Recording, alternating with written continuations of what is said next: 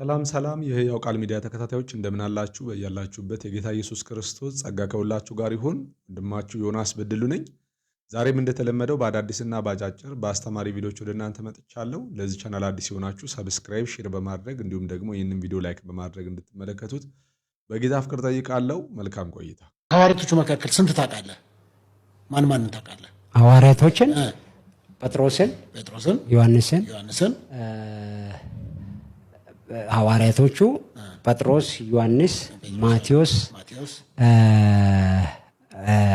ማለት ይሁዳ ደግሞ ቆይ ሐዋርያቶችን ሙሉ አውቃቸዋለሁ።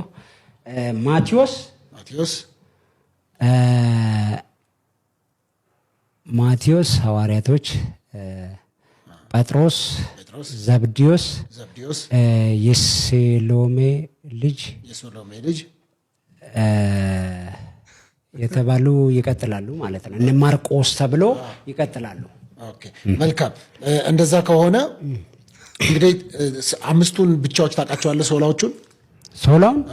ሶላውን አውቀዋለሁ። እሺ ምንድን ናቸው እነሱ? ሶላ ስክሪፕቸር መጽሐፍ ብቻ፣ ወንጌል ብቻ፣ ሁለት ፍቅር ብቻ፣ እምነት ብቻ፣ ክብር። ይሄ ሶፊ የሚባለው ሰውዬ በእውነት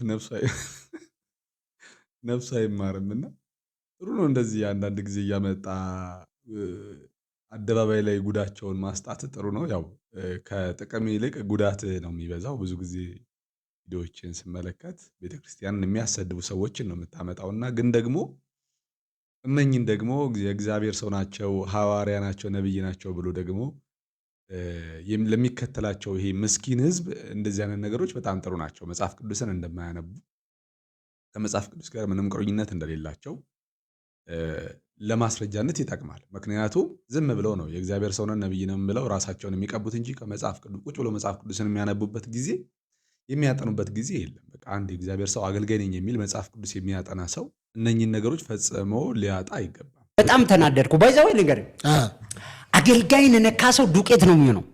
ጌታ ምስክር፣ አገልጋይን ነካ ሰው ራሱ ነው የሚጠፋው። ማለት ልቀቅ ሳንል ራሱ ይለቃል። ልቀቅ ሳንል አሁን ብዙዎቹ አገልጋይ ነቢያት እንዲህ ነው። አንተ ዘይት ቀርቶ ለምን ኩበት አይሸጥም ነቢያት? የእውነትን ነው ማውራ ፈውሶ ምን ሆነ ነው የሱ ከፈወሰ ለምን ይሶ አይሸጥም? ስለማይፈውሰው እንጂ ኃይል የለውማ። ሲጀመር ኃይል ከሌለ እንዴት ነው ማለት? እኔ ደጋፊ አይደለሁም ዘይት እንዲሸጥ ምናምን ደጋፊ አይደለሁም። ግን ዘይት ምን ሁሉ ማለት ነው ማድረስ ስላቃተው ማለት የለም አቅም፣ የመድረስ አቅም ስለሌለው ከቅናት የሚመነጭ ነገር ታውቃለህ አይደል?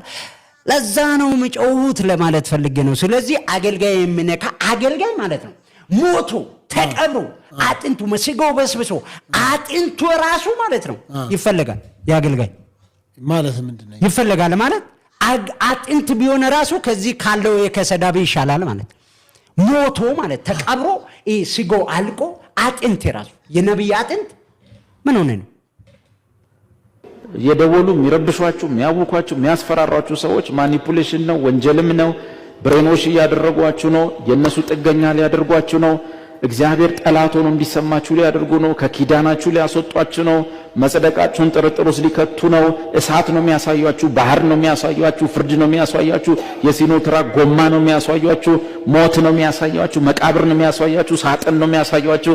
በኢየሱስ ክርስቶስም እዚህ መድረክ ላይ ራሱ እነዚህ ነገሮች ስማቸውን በመጥራቴ ትክክል አልነበረም፣ ግን ያው ትምህርት ስለሆነ እሺ። እንግዲህ ይህን ቪዲዮ እንደሰማችሁት ነው። ወንድምናቶቼ ባካችሁ ልለምናችሁ፣ በቃ እነኚህ በዚህ ዘመን ነብይ ነን ብለው ራሳቸውን ነብይ ብለው የሚጠሩ ሰዎችን አትከተሉ። ፈጽሞ መጽሐፍ ቅዱስ እውነት የራቁ ናቸው የምንላችሁ በምክንያት። ስለዚህ ተመልከቱ። እንግዲህ ዝም ብሎ ነው የሚለፈልፈው ያለ እውቀት፣ ዝም ብሎ እንደመጣለት ነው አፉ ላይ የሚያወራው ማለት ነው። እንግዲህ ይህም ነብይ ተብሎ ሰው ይከተለዋል ማለት ነው። ከሱ በረከትን ለመቀበል ከሱ ኋላ ደግሞ የሚከተሉት ጀሌዎች አሉት። ወንድማችን እንዳለው በጣም ይቅርታ አድርጉልኝ፣ ያንን ንግግር ምናልባት ይከብደኛል። ግን በዚህ ዘመን ነብይ ለመባል መስፈርቱ ወንድማችን ዳዊት ፋሲል እንዳለው መሃይም መሆን ብቻ ነው።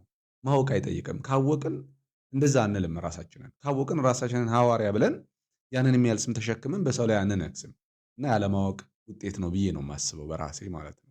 በዚህ በወንጌል አገልግሎት ውስጥ በጣም ሪኳየር የሚያደርጉ 3 ፈሳሾች አሉ ከኛ የሚወጡ። የመጀመሪያው ፈሳሽ ላባችን ነው። ለወንጌል መድከም አለብን። አሁን ከደከምነው በላይ በገንዘባችን መድከም፣ በእውቀታችን መድከም፣ በጊዜያችን መድከም፣ ላባችንን መስጠት። ሁለተኛው ደግሞ እንባችን ነው፣ ማንባት። ድሮ ቤተ ክርስቲያን ምን ተብሎ ነው የሚጠራው? የጸሎት ቤት አይደለ? የሚነባበት ነው። ክርስቲያን ይሁን ተሰብስቦ የሚያለቅሱበት በእንባ ፍሬ አለ። የመጨረሻውና ከባዱ ብዬ የማስበው ደማችንን መስጠት ነው። ይሄ እንደሚከብድ አውቃለሁ። በጣም አንድ መወደው አባባል አለና የምትሞቱለት ራእይ ከሌላችሁ የኖሯችሁ አይደለም። እንደ ክርስቲያን የምንሞትለት ራእይ ተልእኮ ነው። በተልእኮ ውስጥ እግዚአብሔር ምን እየሰራ ነው በእኛ ህይወት፣ ምንስ ደግሞ ይጠብቃል የሚለውን ዛሬ ይሄ መልእክት በህይወታችሁ እንዲያቃጭል እፈልጋለሁ። እግዚአብሔር ባርክሽ። የሚገርም ነው። ላባችን እንባችንና ደማችን ለወንጌል ያስፈልጋል። እውነቷን ነው። መጽሐፍ ቅዱስ ላይ ስናይ ሐዋርያው ጳውሎስን ለምሳሌ ስለ ወንጌል ላቡን እንደሰጠ በጣም በብዙ ድካም ሲያገለግል እንደነበረ ተናግሯል። ደግሞም እንባውን ደግሞ እንደሰጠ በማልቀስ ስለ ብዙዎች እንደሚጸልይ እያለቀስኩ ላለው እያለ የሚናገራቸው ስፍራዎች አሉ። በሶስተኛ ደረጃ ደግሞ ደሙ እስከሚፈስ ተገርፏል፣ ተደብድቧል እና በቃ ስለ ወንጌል የሚያስከፍሉ ለወንጌል ታምነን ከቆምን ለወንጌል ታምነን ከወጣን እነኚህን ነገሮች ለመክፈል ተዘጋጅተን ነው መውጣት ያለብን። ይህንን ደግሞ የሚጠይቅ ነው ወንጌል ህይወትን እስከ መስጠት ድረስ ማለት ነው። ነገር ግን ደግሞ ብድራቱ በጣም ከፍ ያለ ነው። አሁን ካለው መከራ ይልቅ ሊገለጥ ያለው ክብር ፈጽሞ አይመዛዘንም ያለው ሐዋርያው ጳውሎስ እና የሚገርም ገለጻ ነው። እግዚአብሔር ዘመኗን ይባርክ። እህታችን ጸጋ ይብዛልሽ። እስቲ ቪዲዮ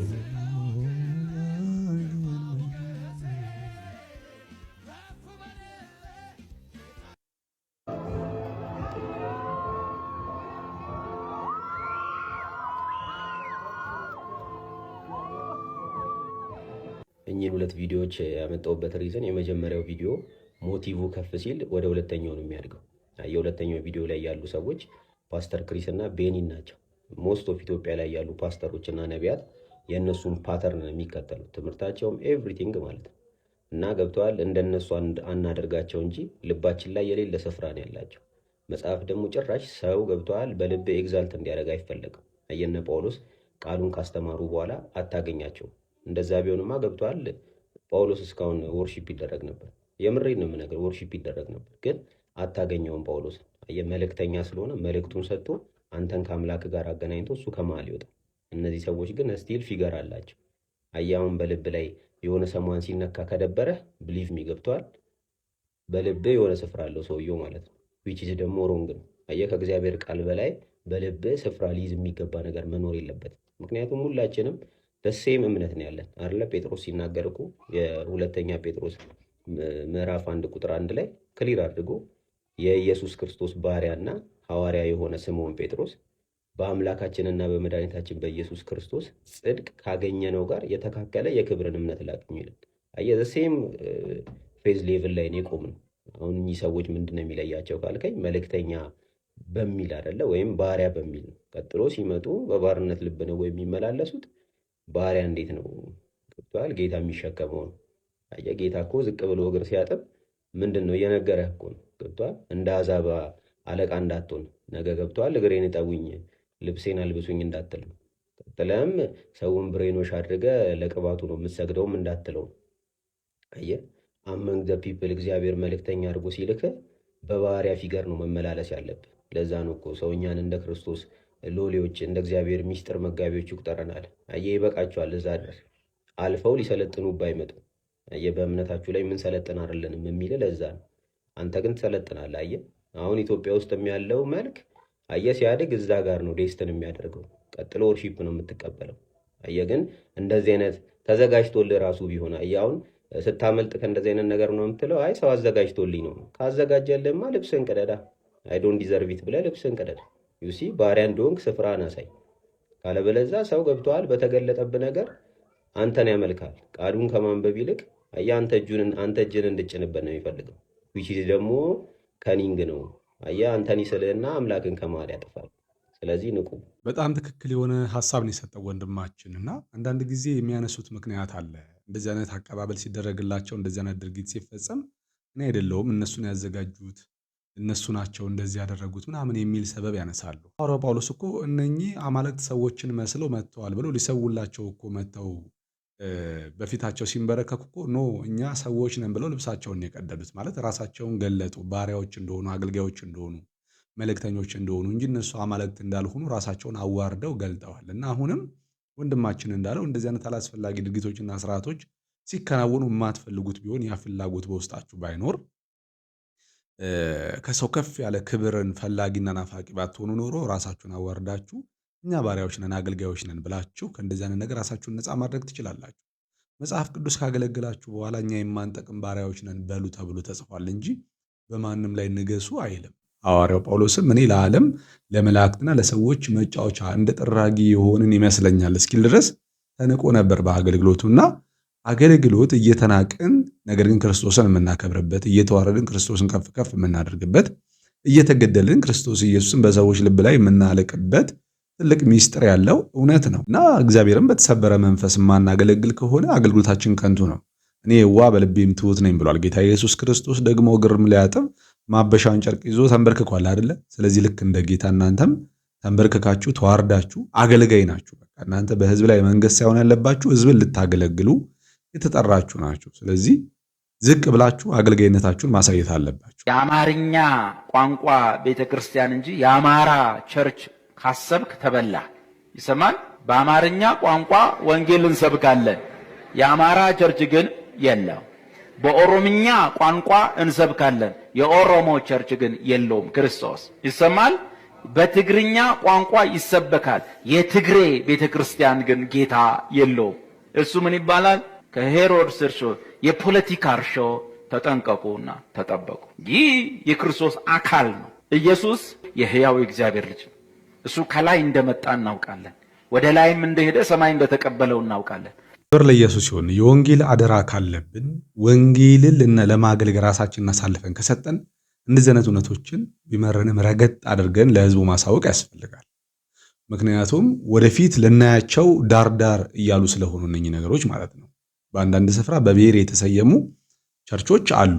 ነገር ግን ወንድማችን እንዳለው በሁሉም ቋንቋ ምንም የቋንቋ ክፉ የለውም። ቋንቋ ለሰው ልጆች በጣም ጠቃሚና አስፈላጊ የሆነ መግባቢያ ነው። ለሁሉም ቋንቋ እኩል ክብር ሊኖረን ይገባል።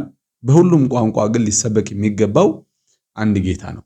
ሊነገር የሚገባው የክርስቶስ የማዳን ስራ ነው። ስለዚህ እባካችሁ ከወገንተኝነት ከብሔርተኝነት ወጥተን ወንድማችን እንዳለው ከፖለቲካ እርሾ ነፃ ወጥተን አይሁዳዊ የለም፣ የግሪክ ሰው የለም፣ ወይም ደግሞ አማራ የለም፣ ኦሮሞ የለም፣ ትግሬ የለም፣ ሶማሌ የለም። በቃ በወንጌል ሁላችን በክርስቶስ ኢየሱስ ምንድነን? አንድ ሰው ነን። የት? የክርስቶስ አካል ውስጥ በወንጌል ማለት ነው። ስለዚህ ብሔር፣ ቋንቋ፣ ነገድ ሳይለይ ለሁላችንም በእኩልነት የመጣልን ወንጌል እሱ የክርስቶስ የማዳን ስራ ነው። ስለዚህ በክርስቶስ የማዳን ስራ በኩል የምትመጡ ሰዎች እንደዚህ አይነት አስተሳሰብ ካለን ነቅለን ማውጣት አለብን ከአይምሯችን ማለት ነው። እስቲ በስተመጨረሻም ይህን መዝሙር እውነት ለመናገር በቃ በጣም ነው የተባረኩበት በጣም እና እስቲ ይህንን መዝሙር እያደመጠን ፕሮግራማችንን እንጨርሳለን።